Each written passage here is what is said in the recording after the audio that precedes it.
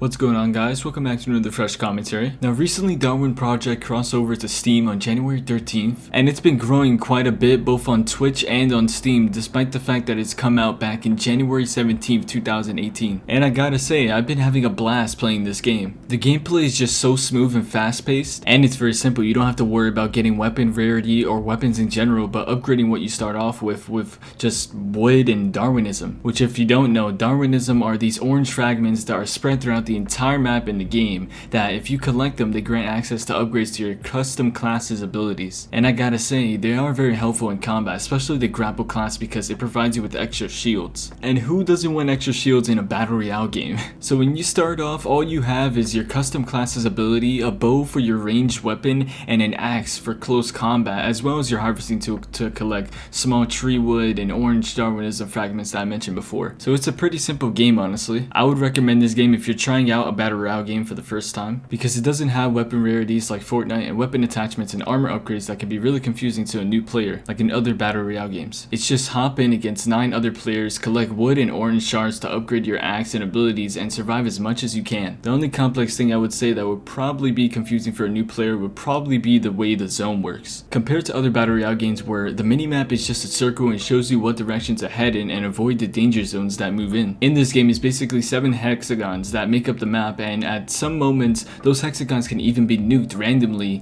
in like the custom game lobbies by the host or director, as they call it, within the game. But all you have to do is move into the hexagon that isn't going to be affected by the danger zone warning. Basically, a hexagon is a safe zone that you can move into. Pretty much the same thing as other battle royale games, but instead of the map being broken up into circles moving in towards the center, it's an hexagon that randomly chooses to be chosen as the danger zone. And as for other players that aren't in the danger zone, the safe parts of the map will start to freeze up and you'll have to make a campfire using 1 piece of wood to warm up, or you'll just freeze to death. And that's another thing I like about this game, because it forces even players that are not within the danger zone to stay put and warm up, basically limiting movement around the map, making it fair to anyone who's just trying to get out of the zone that's in danger. It's not that difficult to understand, but to some players it may be, but I'm sure they'll get the hang of it eventually after like 1 or 2 games. But yeah, I just really love this game right now. The movements and combat is really easy to understand. You don't have to worry so much about looking around for things compared to other battle royale games, because it does get annoying when you're playing a battle royale game and you find things to better yourself in the battlefield only to be shot dead in a matter of seconds. It's like you progress to have an advantage against other players, but you haven't been able to settle in and organize and prepare, so you just get wiped out easily after collecting a few things. Sometimes it gets annoying that you have to look around and get weapons and stuff,